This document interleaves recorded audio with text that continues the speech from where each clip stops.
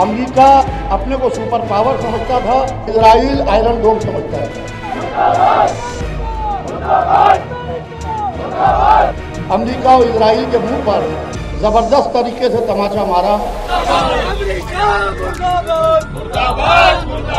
जिसे रेत की दीवार समझ रहे थे वो शीशा पिलाई हुई दीवार साबित हुआ।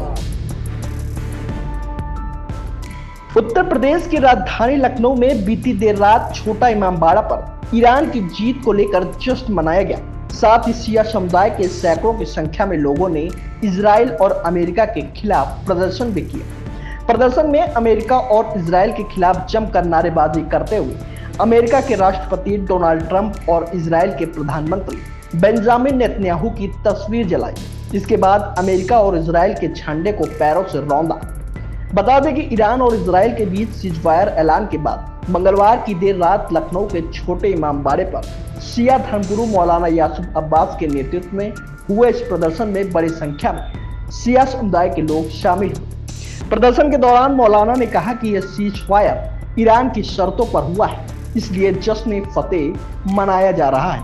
इजराइल और अमेरिका दोनों ने ईरान के सामने घुटने टेक दिए हैं। दोनों सुपर पावर मिलकर ईरान का मुकाबला नहीं कर पाए। इससे यह साबित होता है कि सुपर पावर अमेरिका और इजराइल नहीं बल्कि ईरान है। उन्होंने आगे कहा कि युद्ध से पहले इजराइल को लेकर भ्रम था कि इजराइल के पास आयरन डोम है, आधुनिक हथियार है, टेक्नोलॉजी में बहुत आगे है, उसके ऊपर कोई भी मिसाइल या बम कारगर साबित नहीं होगा। लेकिन जब ईरान के आधुनिक हथियार निकले तो सारे भ्रम टूट गए। इजराइल रेत का ढेर साबित हुआ। साथ ही मौलाना ने ईरान और भारत सरकार का शुक्रिया अदा किया और कहा कि जियारत पर गए हुए सभी लोग सकुशल हिंदुस्तान वापस कर रहे हैं। ईरान और भारत के रिश्ते हमेशा से ही अच्छे थे और भविष्य में भी बेहतर बने रहेंगे। और ये जश्न फतह है। जश्न फतह है।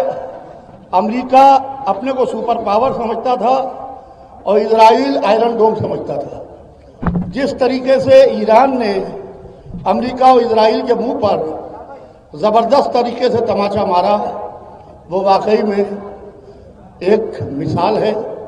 एक तारीख लिखी जाएगी। आयतुल्ला सैयद अली खामनाई साहब ने जो कर दिखाया वो वाकई में अपनी एक मिसाल है। इसलिए कि ज़माना ये समझ रहा था कि हम चुटकियों में ईरान को ख़त्म कर देंगे, तो ये चुटकियों में ईरान ख़त्म होने वाला नहीं है। जिसे रेत की दीवार समझ रहे थे ईरान को, वो शीशा पिलाई हुई दीवार साबित हुआ। मैं हुकूमत हिंदुस्तान का, गवर्नमेंट ऑफ इंडिया का भी शुक्रिया अदा करना चाहता हूँ कि गवर्नमेंट ऑफ इंडिया के ईरान से बहुत अच्छे रिश्ते हैं।